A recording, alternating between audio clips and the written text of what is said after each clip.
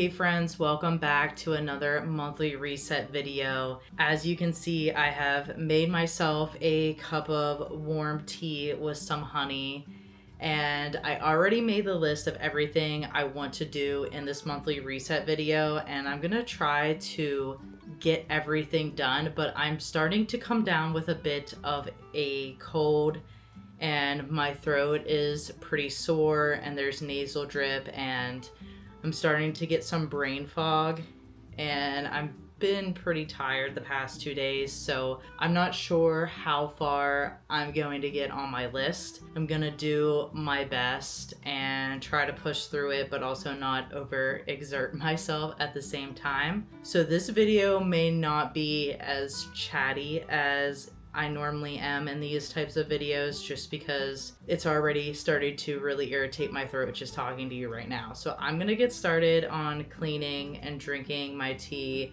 and hopefully I'll be able to finish this video and check back in with you later.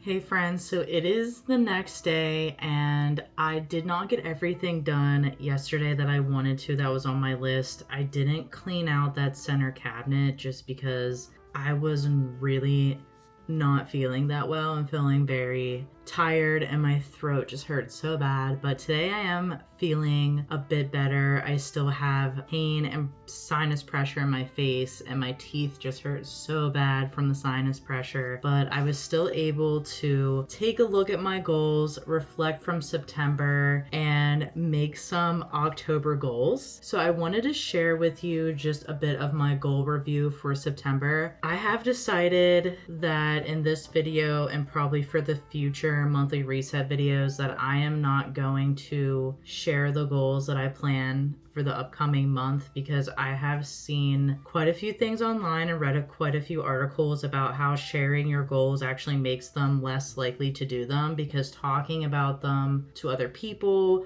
or in my case on camera, already somehow does some sort of triggering in my brain that I completed them. And so I don't want to jinx myself or mess anything up. So I would rather review the last month's goals and let you know how they go instead of talking about what I'm doing for October. So I am going to review September's goals. And the first thing that I'm going to talk about is my YouTube goals that I set for September, because I did really well with those. So originally for September, I wanted to hit 870 subscribers, and I know that the subscriber count really isn't up to me, so this is typically something that I don't take too seriously, but I realized that my one video was doing really well and I was probably going to hit that goal way before the end of this month. So then I bumped it up to 900, and right now my subscriber count is currently at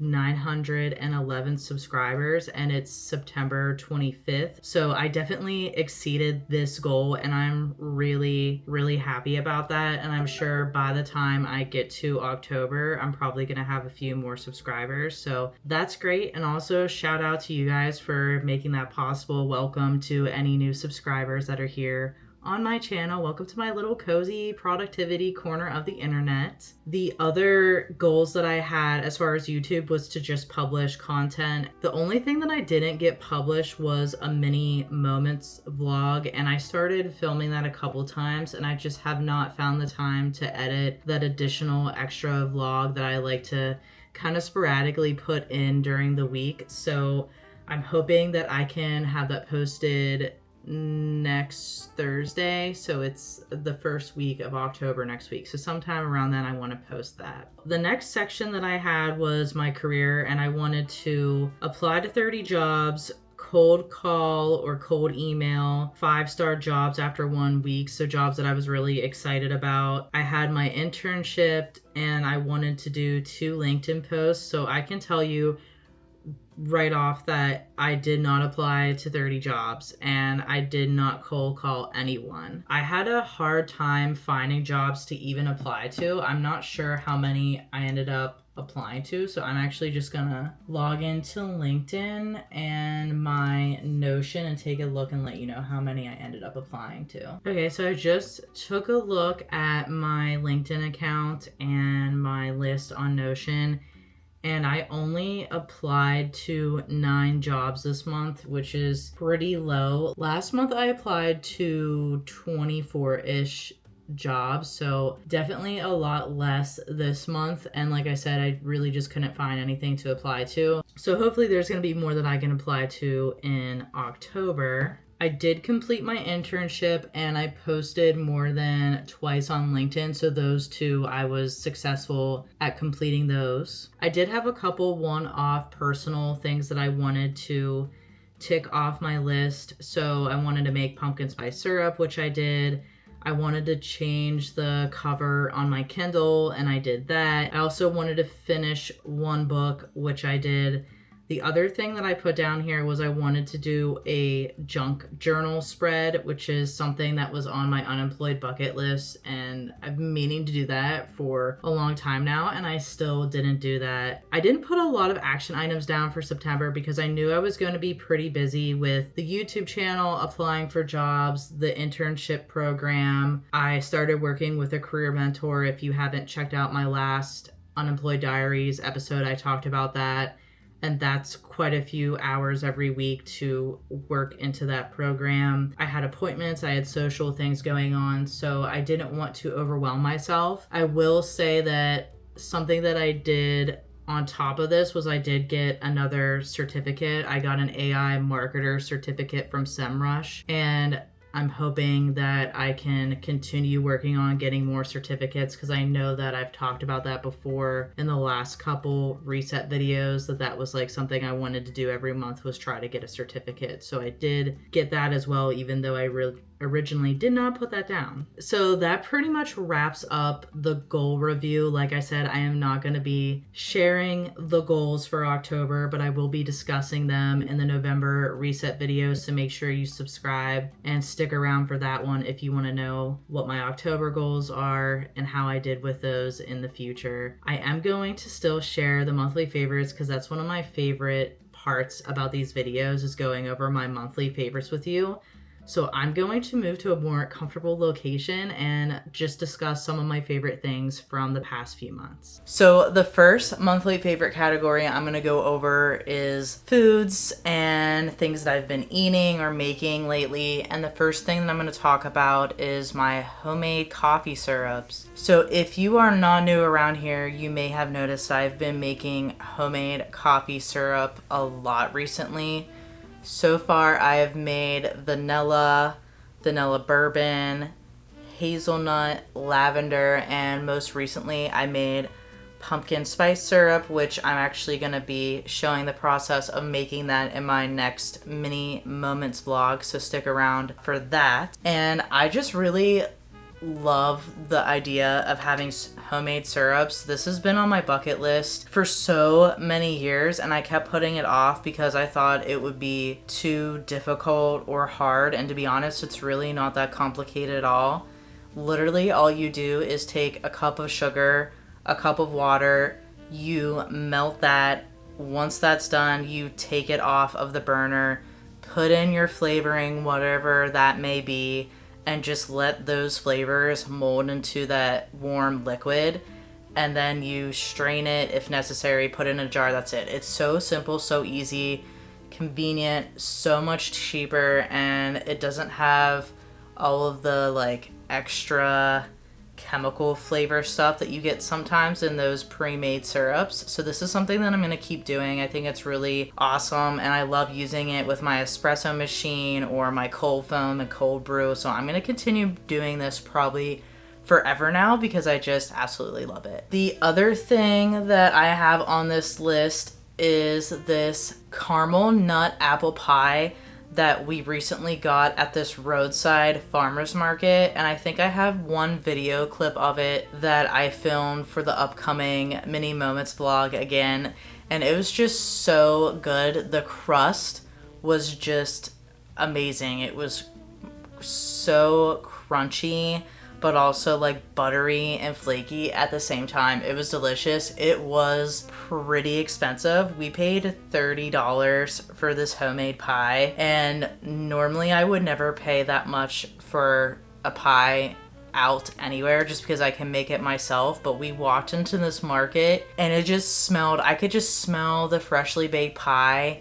And they had a sample of strawberry rhubarb pie, and we took it and we were like, whoa, this is really good. So then I ended up buying the pie. So that was really, really good and just like perfect for the first weekend of fall. So I really enjoyed that. The next thing that I want to talk about is the pizza that I was eating in my Gilmore Girls fall how-to guide during the movie night scene. And that is a chicken tikka masala pizza that we get from a local Indian restaurant. And it's honestly one of my favorite pizzas that you can get for takeout. We typically make our pizzas here at home, but that's just something that I love to get from that Indian restaurant. Sorry, Lady Kitty is actually just down here. She just showed up. So if you see my arms going like this, I'm not doing anything weird. I'm just petting my cat.